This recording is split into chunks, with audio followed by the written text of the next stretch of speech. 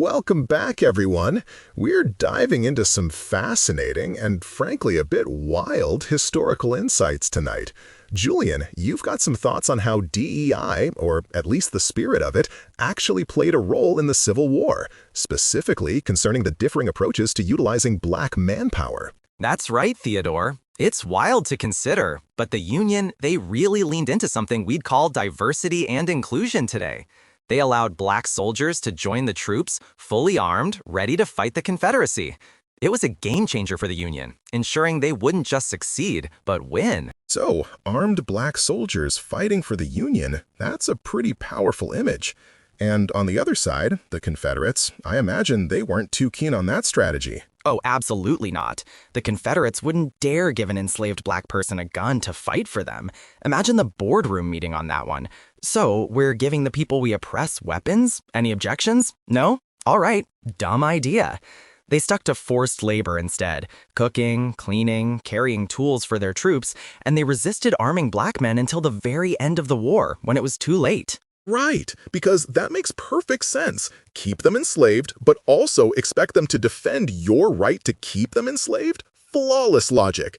But here's where it gets even more interesting. After the Union won, what happened to those Confederate guys who resisted the federal government? Well, they were labeled insurrectionists, which meant they lost their right to vote. The first election after the war, they couldn't participate, and that, predictably, really ticked them off. So, you're telling me losing voting rights really gets people heated? Who knew? But then, this little club they formed in response to losing power. Spill the tea, Julian.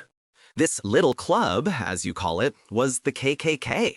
Their big idea? Intimidate newly freed black men from voting. And if they did vote, make sure it was for candidates who served the KKK's interests, not their own. They literally killed people for not voting their way, or even for trying to utilize their newly acquired rights. Wow. Vote the way we want, or else. Sounds like a fun democratic process. And speaking of voting, you mentioned that black power at the ballot box actually propelled someone pretty significant into the presidency. Exactly. Black votes were instrumental in pushing Union leader Ulysses S. Grant into the presidency. Black men had to literally strategize, often voting as a group, leaving as a group, just to survive the process. They understood how crucial those votes were for putting their interests first, despite the threat of violence. That's incredible, the sheer determination. But the Confederates, not dumb enough to arm their slaves, also weren't dumb when it came to something else that has long-lasting effects: marketing and narrative control. Oh, their marketing campaign was genius, and it's still impacting us today. The Daughters of the Confederacy launched a high-level, long-term campaign. Think about it. Schools across the nation are named after Confederate leaders like Robert E. Lee, but they conveniently omit the details of his background, like his argument that slavery was the root cause of the war. So we're basically living in a world shaped by a post-war PR campaign for the losing side, complete with statues and carefully curated historical narratives that skip the hard parts? Precisely. The Union won the war, but they weren't thinking about marketing or winning hearts and minds post-conflict in the same coordinated way. They were busy with things like the Freedmen's Bureau, trying to resettle formerly enslaved people and, make sure they weren't killed.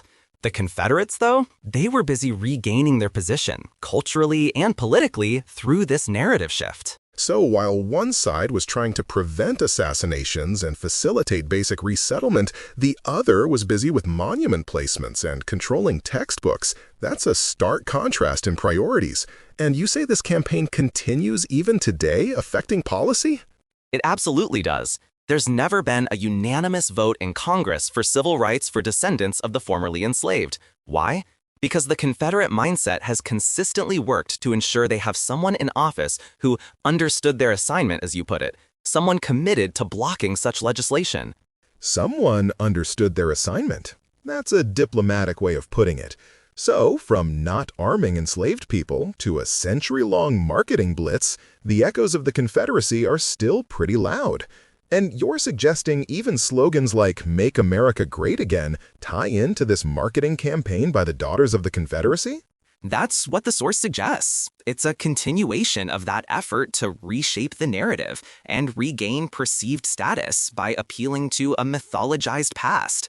It's a brilliant, if insidious, long-game marketing strategy that's proven remarkably effective across generations. Well, that's a lot to unpack.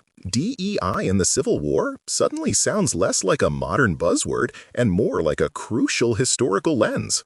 Julian, thank you for shining a light on this often overlooked aspect of American history, from the voting power of black men to the enduring legacy of Confederate marketing and narrative control.